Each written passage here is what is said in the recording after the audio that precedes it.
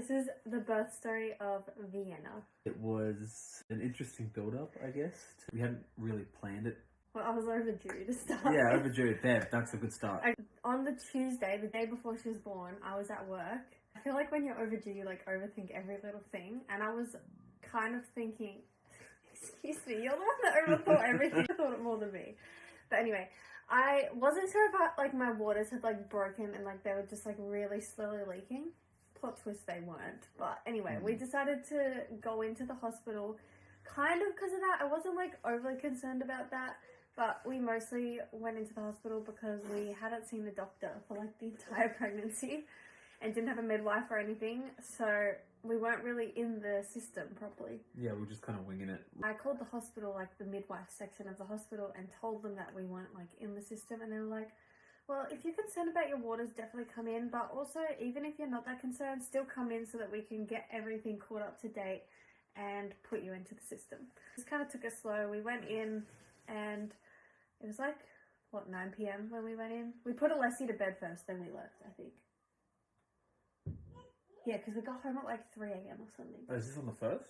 This was the day before she was born. Yeah, Remember the first time we went into the hospital? Yeah, day before. Okay. It was raining, I'm pretty sure. Yeah, I remember walking up and down and it sucked because I was just drenched. Okay, so then we get there, then they do all the testing. My waters hadn't broken. They did like a scan and took a bunch of blood work. The one thing that they said was that my placenta, what was the word? Calcified. Calcified.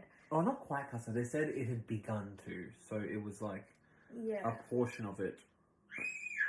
Oh, there she is. A portion of it had begun to calcify, which is like showing it's like at the end stages of it, I guess. Pregnancy. And they said that because I got pregnant as soon as I stopped breastfeeding Alessi, I never had a period. It said that maybe I was more pregnant than I thought. But also, I was already 40 weeks and 3 days at this point. So I was already overdue. So either way, I think that was just them trying to like hint at doing an induction, saying that I was actually really far overdue rather than just 40 weeks and 3 days. We kind of took all that information, like, okay, well, we'll come back tomorrow, we'll figure it out. Here's the little beauty. But anyway, so then they said that they wanted to do a proper scan the next day with like the proper equipment and to come back in, and then they'll also give all of the results of all the blood work and everything then. So we did that. We came in the next day with Alessi, thinking nothing really of it because they said that everything was fine. Alessi, do you want to come here? So we went in to go through all of the information and stuff like that, and they said, oh, well, it's a recommendation that you get induced. And we're like, oh, okay. They said because my belly was small. Yeah, but... my belly wasn't measuring as big as it should have. And they essentially said the same thing with Alessi, so we weren't too concerned about it. It was like, okay, it's... I didn't feel the need for an induction, basically. Yeah. Like, I wasn't worried. When they told me, I was like, okay, whatever. Exact same thing that happened with Alessi, and then Alessi came out a very normal size. Side note, we also got home at like 3 a.m. the night before, and then went into the hospital like in the morning the next day. And I was exhausted, and like when I was lying on that bed waiting for this doctor to come, I literally wanted to fall asleep so bad. And in hindsight, I should have.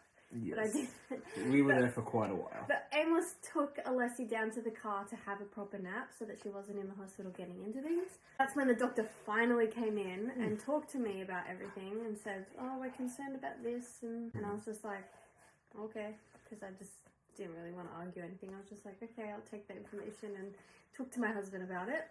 Not thinking anything of it and just thinking that we'd probably just go home. But then like, in like the time that I like called Amos, What was your perspective of the phone call? Oh, because I wasn't in the... I was talking about like a 15 to 20 minute walk. Yeah. Around that time from the car. So I'm like, oh, I don't want Katie to be by herself and kind of pressured into an induction. And we got there, had a chat with Katie, and we're like, look, we're at that point now where it's, why don't we just... What if we did it? What if we just gave birth today? Well, they originally told me, in 2 days or maybe the next day. And then they came back and they were like, oh, we've actually got room if you want to get induced right now. And then I was kind of like, I don't know, them saying that, I kind of got really excited because I was like, I could have my baby literally like tonight. Yeah, and so we were like, okay, well, while we set up at home, do we have this, do we have this, do we have this? Yeah. We didn't have like the car seat or anything in the car. We had absolutely we nothing. literally, like, I had absolutely no signs of labour, and I don't know, I was expecting to go like 2 weeks over, to be honest. Like, I was not expecting to have her. But I will say, in my genius foresight, said, why don't we just bring all the bags and stuff in the car to this trip? Why don't we do that? They weren't fully packed either. And was I mildly criticised for that choice? No. Yes, yes, I was. He's like, oh no, we don't need them. I'm like, look, I'm just going to bring them just in case something happens. And I was right. Yeah, but they weren't fully packed. But they did have the snacks and the coconut water, so that was the most important thing. And the TENS machine and like the birth. The cones. The really needed stuff they had. They didn't have all the intricacies like an extra maternity bra or undies or anything like that. So that was good that you did that, babe.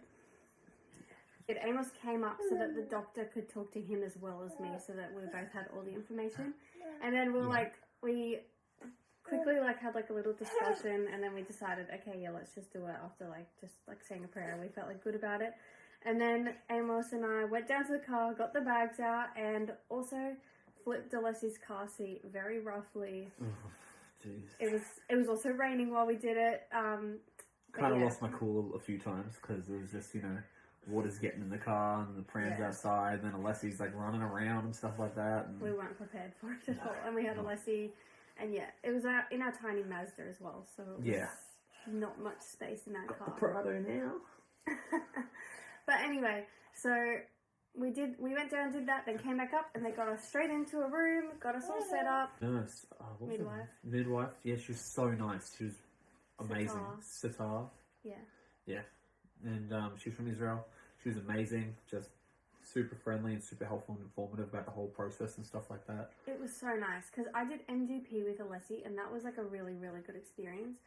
And I was worried that not doing MGP with this one, that it would be very medical intervention kind of birth. And then they did kind of push the induction anyway, but we accepted it and we're happy about it.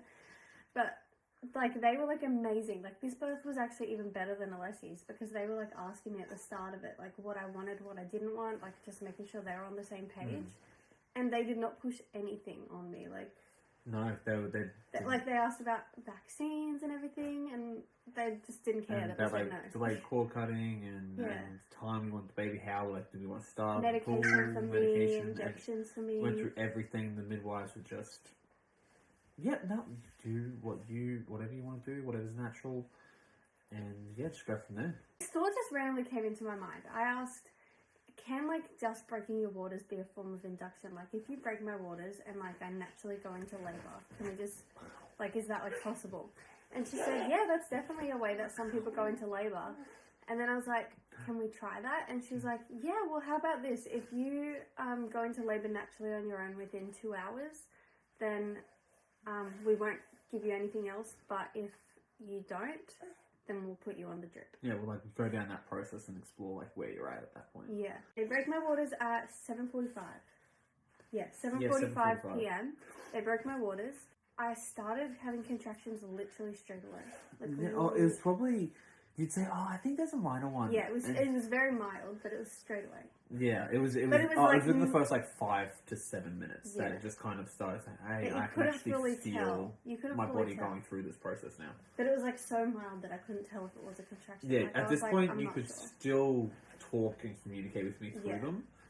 And I'm like, okay, so this is, at that point I wasn't 100% sure that it started, but it was definitely the manual breaking of the waters had stimulated that kind of response. Yes, I really, really wanted them to ramp up because I really didn't want any other intervention if possible. So I was I got Amos to pull the phone out and start timing them because they started ramping up. And I was on the exercise ball with the TENS machine all hooked up. Amos hooked it all up for me. They were very consistent. They were a minute on, a minute off. Yeah, and the majority were. Some of them vary. You went 5 minutes without one. And yes, it did still vary, but generally it was a minute on, a minute off. And I think it was only about the first half hour-ish, maybe 40 minutes, where through them, Katie could actually communicate with me through it. Saying, okay, can you get this ready? Make sure you have this. And I'm okay, I'm running around trying to place everything and stuff. And I'm okay, I've made I've made the mistakes during the first birth that I'm still reminded about to this day. Like, side note, I ate some of the hospital food that they gave Katie last time, and I ate some of the curry, and then I went right to her after I ate it. It's like, oh, it's really nice. And Katie's like, I don't want any food. And I'm like, okay, cool. So I went to her while she's making contraction and breathed straight in her face. I was like, babe, you're really, really good. And she just rears around me, contracting, don't breathe curry in my face.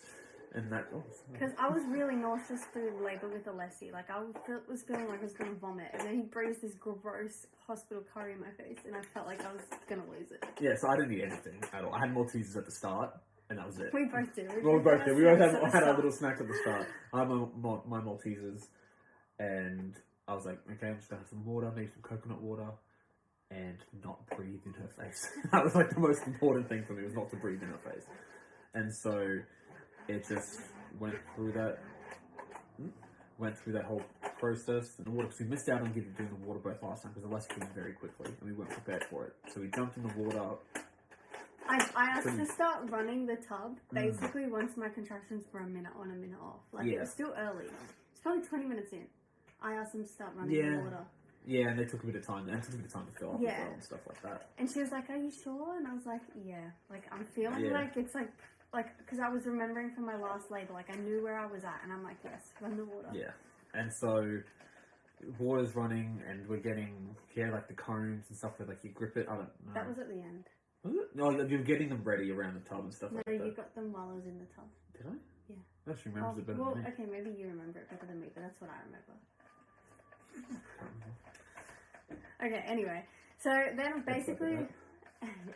Basically, as soon as the tub had filled up, I got straight in because I was like, yeah, I'm ready to get in the water. And like the TENS machine and the exercise ball worked so good at the start, but then like as soon as I hopped in the water, I was like, this is amazing. Like, that helped so much too. So then they kept ramping up, and then that's when I remember I asked Amos to go get me the cones right at the end of when I was in the water. Then I could squeeze them, and that helped again with that level of pain. And then I felt Vienna like dropping down. I was like, she's coming, like she's coming. Like I felt her first like descend into the birth canal, and I thought that maybe she was crowning, but she wasn't crowning at that point. But I felt her fully drop, and then very shortly after, I felt her start crowning and coming. And when did you hop in the tub? It was probably, you've been in the tub probably about 20-ish minutes, 25 minutes, till the nurse looked at me and said, Amos, do you want to jump in the water as well? And I was like, is that normal? And she said, yeah. Husband's getting there. It's like, just make sure you keep all your clothes on, because... Board shorts. Yeah, like, because just board shorts and stuff, and because I can take my shirt off. So just make sure you keep your shorts on, because we've had husbands start stripping down completely naked and jumping in the tub with their wives as well. Because the wives are naked, and they're like, yeah, we don't want to see, everything. And I was like, noted. I don't think I was going to do that, but it's good to have that information. I get in, and it's really nice. It was actually really relaxing because it was all warm and stuff. Yeah, it was relaxing. And at this point, Katie's just constantly in that mindset of, okay, there's a lot of pressure, a lot of pain, got to get this baby out. She's dripping the combs and stuff like that. And she was fighting me again. She fought me on the last time with how much the liquid intake. She did it last time, and she needed it because you're supposed to drink plenty of fluids in labour and stuff like that. So much. Yeah, and she fought me so much with Alessia. She knew in the back of her mind, even through contractions at this time, she's like, okay, no, I need it. So I'm there with the coconut water, like, oh yeah, have some. She's like, no, give me a second. Okay. Now you need to have some, and it was a lot of that. As soon as there's a gap in the contractions, though, I'd be like, okay, now I can. Yeah.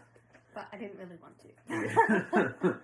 The nurse kept, she was putting the mirror down to see if Vienna was crowning and stuff like that. Yeah, I don't remember that at all. They weren't sure if they wanted to let Katie give birth in the water. Oh yeah, that's what happened. Yeah, so they were like, oh, we actually want to get her out. Because I was induced, because my baby was a high risk because she was small, apparently.